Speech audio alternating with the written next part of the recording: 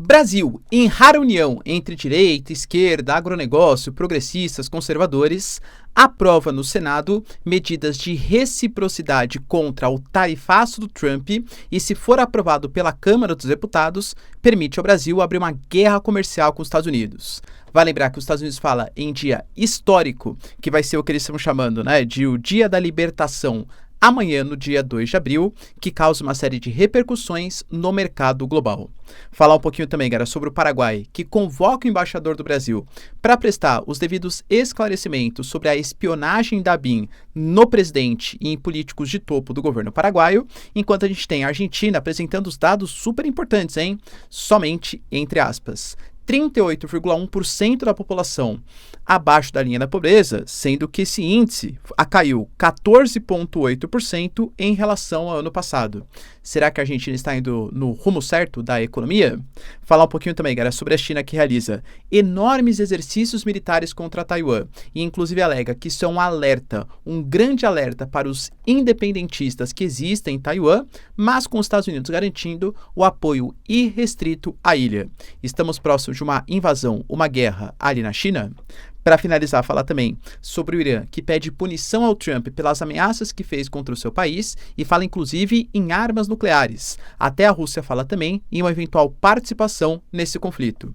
Enquanto a gente tem a Rússia recusando a proposta de cessar-fogo do governo Trump, alegando que não leva em consideração os principais problemas, as motivações da guerra entre Rússia e Ucrânia.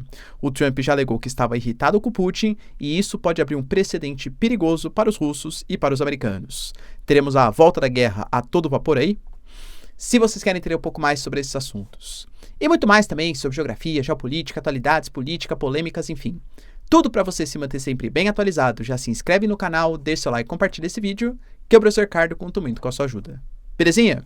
Pessoal, começamos aqui o mês de abril e eu sei que você está buscando melhorar sua vida financeira e por aí vai. E caso você queira investir ou dolarizar parte da sua carteira, agora tem acesso à Nomad. É a maior e melhor conta internacional do Brasil. Eu sei porque eu faço, não uma recomendação de investimentos, mas quando você pega o dólar tendo uma queda, instabilidade, insegurança financeira, talvez você diversificar um pouco os seus investimentos seja a melhor pedida. Pela Nomad, galera, você não tem taxa de abertura de conta, taxa de manutenção. As taxas para comprar os dólares são as melhores que existem no mercado. E ainda usando o meu cupom Ricardo20, até $20 de cashback na sua primeira conversão cambial. Pô, galera, quer coisa melhor que isso? Além disso, caso vá fazer uma viagem internacional, você paga ali com a Nomad, galera, e você não tem nenhum tipo de problema, conversão, de câmbio, ficar pensando em comprar várias moedas, é aceito em mais de 180 países, e ainda pode ter acesso ao Nomad Explore, que é o cartão de crédito que eu uso, que é sensacional, pessoal. Você vai usando ali, os pontos não expiram, você pode trancar por vantagens na compra de dólares com menores taxas, você vai utilizando o cartão e vai ganhando cashback dolarizado para montar suas posições. Eu costumo falar assim, que eu sou muito feliz de ser parceiro da Nomad, porque ela de fato democratizou investimentos no exterior e para mim compõe uma parte importante aqui da minha carteira. Claro que não é uma recomendação de investimentos, mas caso você queira dolarizar o seu patrimônio, pessoal, ou claro, pelo menos parte dele, a Nomad com certeza é a melhor opção. QR Code aqui na tela ou link na descrição, tem acesso à Nomad. Tamo junto? Então, bora lá pro vídeo, pessoal. Como eu trouxe para vocês na introdução, acho que, sei lá, pela primeira vez em muito tempo, a gente teve uma convergência entre vários setores, vários pensamentos da economia brasileira.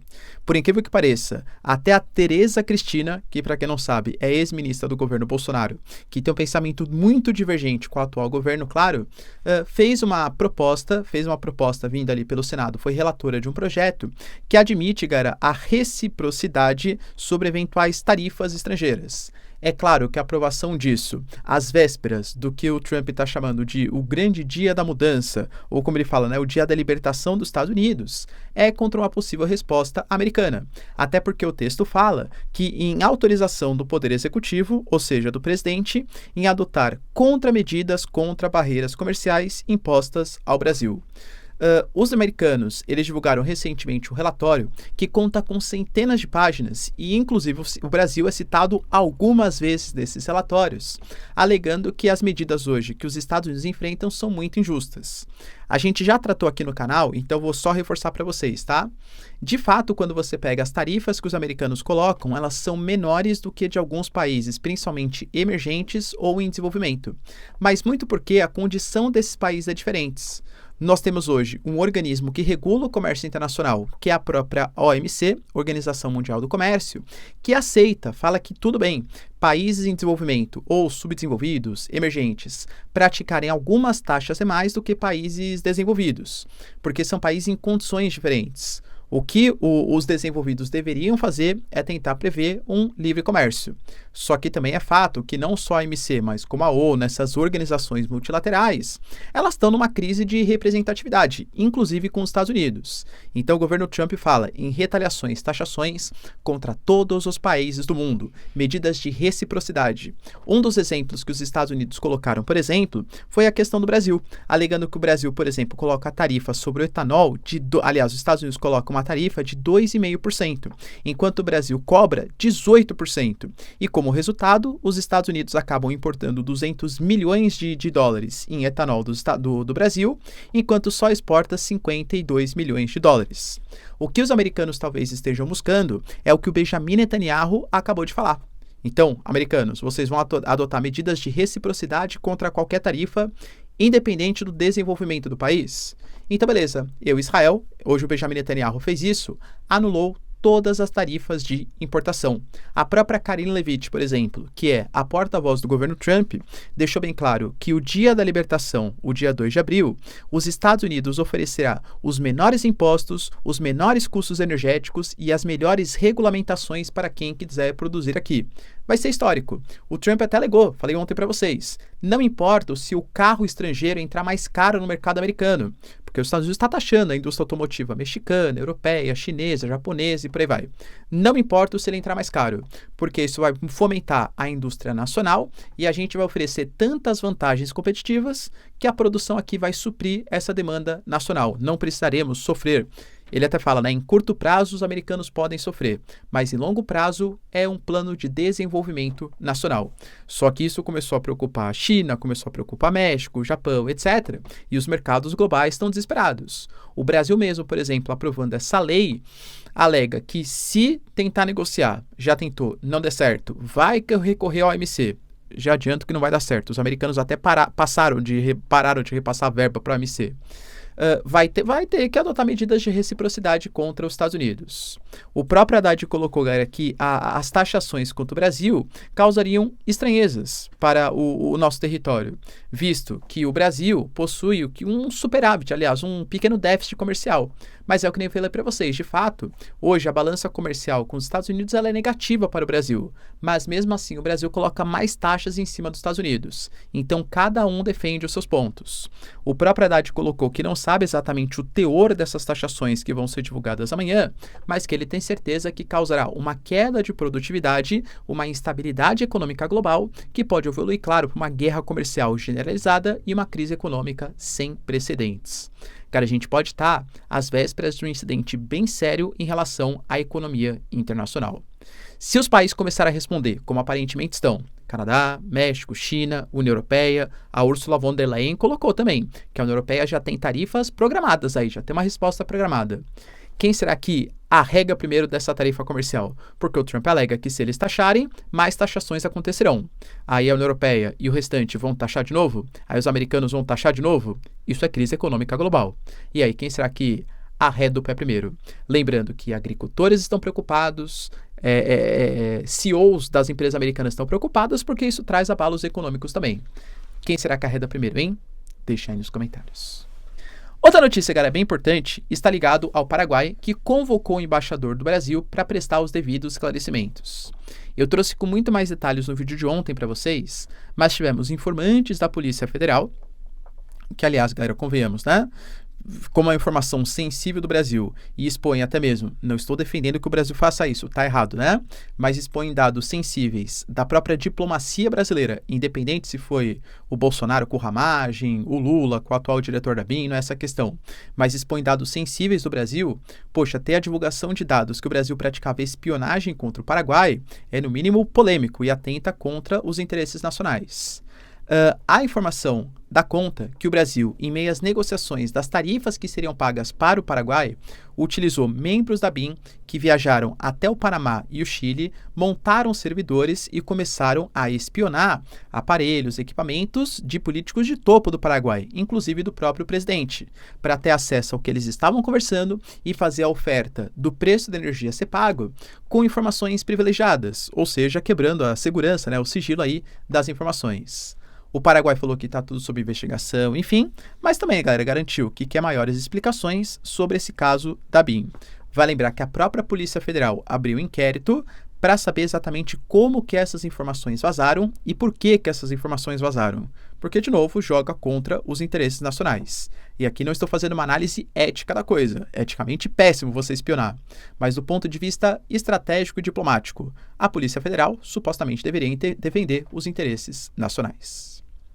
Outra informação, galera, bem relevante, está ligada a dados importantes da economia da Argentina, que apresentou ou vem apresentando alguns dados importantes numa melhora. Por exemplo, a gente teve a pobreza recuando e atingindo 11,3 milhões de habitantes. Claro que é um dado ainda muito sensível, se for pegar da parcela ocupada, né, ou seja, a parcela ali, galera, isso dá cerca de 38,1% da população. Mas esse número, ele é menor do que os dados do ano passado. O ano passado a gente tinha um número 14,8% maior e ele também é menor do que quando Milei assumiu a presidência, que estava acima de 41%. Então a gente percebe que o governo Milei, ele assumiu num país que já tinha quase 40% da população abaixo da linha da pobreza e a pobreza explodiu. Agora ela vem se recuperando, ela vem caindo junto com a inflação. Cara, a inflação no início do governo Milei estava acima de 200%, 211%. Então ela vem caindo e apresentando uma melhora significativa. Dentro dessa premissa, as informações, galera, dão conta que é por conta do plano Motosserra, pelo menos é o que o Milei fala, que toda essa melhoria econômica dos argentinos tem a ver com as suas políticas econômicas. O plano Motosserra, ele pretendia e fez, de fato, né, uma série de fatores. Por exemplo, cortou subsídios, reduziu gastos com obras públicas, reduziu o número de funcionários públicos, reduziu reajustes de pensões, aposentados, pessoas que dependiam do Estado argentino e também, claro, aprovou projetos de privatização e também de abertura econômica. Professor, e toda essa redução da máquina pública está fazendo com que a Argentina tenha um controle da inflação e também uma redução do nível da pobreza, justamente pelo aumento do poder de compra dos argentinos. Entendi. Quer dizer, então, que a Argentina é uma nova Suíça.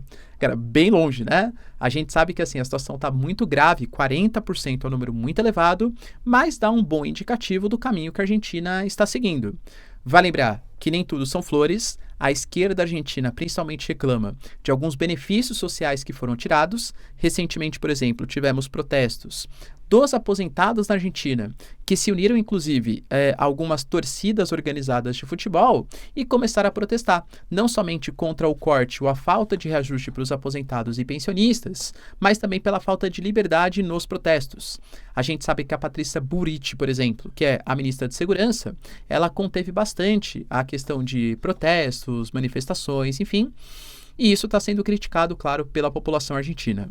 A Argentina vai passar por um grande desafio agora sim, né? Daqui a pouquinho, em que a gente vai ter eleições de meio de mandato, em que vão ser eleitos alguns deputados e alguns senadores. Isso pode ser um termômetro da popularidade do Milei, porque se de fato mais deputados e mais senadores forem aprovados que concordam com as pautas do Milei, é um indicativo positivo para ele. Se sofrer algum tipo de pressão, revelia, algo do gênero, isso pode fazer com que a pressão aumente contra o presidente e a volta de um eventual governo de esquerda, um governo de centro-direita e por aí vai. Mas assim, via de regra, os resultados são animadores, apesar de alguns prejuízos sociais para algumas camadas, pelo menos é o que a população argentina coloca em pesquisa de opinião. E você, galera, acha que o governo Milei está mandando bem? Sim ou não? Deixa aí nos comentários. Outra notícia, cara, bem relevante, está ligado a um exercício militar gigantesco que os chineses fizeram contra Taiwan. Inclusive mandando um recado, hein? É um alerta severo contra quem busca a independência. Para vocês terem uma noção, esses exercícios contaram com 21 navios de guerra, incluindo um porta-aviões, 71 aviões e 4 navios da guarda costeira. Segundo os chineses, os exercícios foram baseados em patrulhas de preparação para combate marítimo e aéreo, além de bloqueio de eventuais rotas marítimas. Forças armadas chinesas se aproximaram de Taiwan em várias direções diferentes. Recentemente, a própria China divulgou alguns equipamentos de desembarque. A gente sabe que uma eventual guerra entre China e Taiwan traria alguns problemas e desafios logísticos, porque Taiwan é uma ilha, então deve ser um ataque anfíbio que conta com mais dificuldades do que, por exemplo, uma guerra Rússia-Ucrânia. E vale lembrar que Taiwan não é a Ucrânia. Taiwan é muito mais poderoso que os ucranianos. Taiwan, embora não faça parte da OTAN, tem um acordo militar de defesa com os Estados Unidos, ao contrário dos ucranianos, que contaram com a boa vontade e apoio da OTAN, mas não são membros efetivos. Fora que a Ucrânia também tem uma importância estratégica muito menor para o mundo do que tem em Taiwan. Taiwan tem o que a gente chama de um escudo do silício. A TSMC, por exemplo, grande produtora de chips semicondutores, se entrasse num colapso, numa guerra, pois isso abalaria a economia internacional. Querendo ou não, a Ucrânia tem alguns minerais, tem reservas importantes e produz bastante trigo, cereais, enfim, né? Mas não é uma grande relevância como é, por exemplo, Taiwan. Fora que também o conflito envolveria, eventualmente, China e Taiwan e o grande aliado de Taiwan, que é os Estados Unidos. Ou seja, países que contam com arsenal nuclear.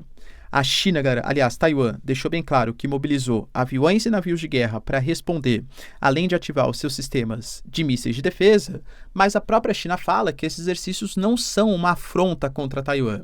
Porque, lembrando, lá em 1949, quando a China fez a Revolução Chinesa, nós tivemos a fuga dos capitalistas do Kuomintang para Taiwan e ali eles fundaram o que eles chamaram de a verdadeira China. Então é uma coisa complexa, porque o Partido Comunista Chinês, ele não reconhece essa fuga do Kuomintang e a formação do que chama de verdadeira China, e o Kuomintang desde aquela época. Mas hoje o Taiwan também não reconhece a República Popular da China como a China verdadeira. Então olha como uma situação complexa. Professor, Taiwan pertence à China? Para quem está perguntando. Se você pergunta para alguém que mora em Taiwan, você não é que a gente pertence à China. A gente é a China, nós somos a República da China, embora pouco mais de 10 países do mundo reconheçam. Quando você pergunta para alguém da China continental, a República Popular da China, fala assim, não é que Taiwan pertence à China, Taiwan é China, é que eles se acham independentes, eles são a ilha rebelde. E de maneira até mesmo ambígua, por isso que chama de ambiguidade estratégica, os americanos reconhecem Taiwan como um território pertencente à República Popular da China desde a década de 70. Só que, apesar desse reconhecimento, fazem visitas diplomáticas, vendem equipamentos e por aí vai. A China, então, aumentando esses exercícios militares, é uma resposta às recentes declarações dos Estados Unidos e à própria liderança política de Taiwan, o Lai Ching-te, que desde que foi eleito, ele foi eleito com uma pauta muito mais independentista, muito mais de autonomia de Taiwan, que é uma coisa que contrapõe completamente o governo Xi Jinping. Eu já adiantei para vocês, hein? Professor, você acha que a China, República Popular, vai invadir Taiwan? Eu, Ricardo, acho que não, mas não tenho informações privilegiadas. Não porque a China não queira fazer isso, pois isso está no plano do próprio Partido Comunista Chinês, que é a reunificação da China. Mas hoje a China, ela está num projeto de nova Rota da Seda, parcerias militares. Cara, querendo ou não, eu trouxe para vocês. A França está se aproximando dos chineses, a Coreia do Sul e o Japão vão anunciar, junto com os chineses, medidas de retaliação contra os Estados Unidos. Pô, é um momento de expansão econômica da China, com o seu 5G, logo mais aí o 6G também, com investimentos em infraestrutura, seja na África, agora aproveitando o vacilo, entre aspas, do Trump com essas taxas, para aproximar antigos aliados americanos, como possivelmente México, União Europeia, pô, agora é hora de comprar a briga com Taiwan para promover sanções econômicas contra a China? Eu não vejo assim. Eu acho que a China tem uma estratégia de expandir os seus tentáculos e aí quando o mundo inteiro depender dos chineses, eventualmente até com uma desdolarização e a moeda dos BRICS ou Yuan usado muito mais para essas trocas comerciais, aí sim a China atingiria os seus objetivos geopolíticos. Mesmo assim, os Estados Unidos, galera, colocou que apoia Taiwan e a China já mostrou que não é um ator responsável e não vê como problemas, a China, né, de colocar em risco a região. Não há justificativa para essa pressão militar. A China, pelo contrário, alega que não tem pressão militar nenhuma, já que Taiwan pertence à China, pelo menos segundo a República Popular da China. Tivemos também, pessoal, o Irã dando declarações bem polêmicas, mas por conta também de outras declarações polêmicas do Trump. O Irã exigiu uma atitude da ONU.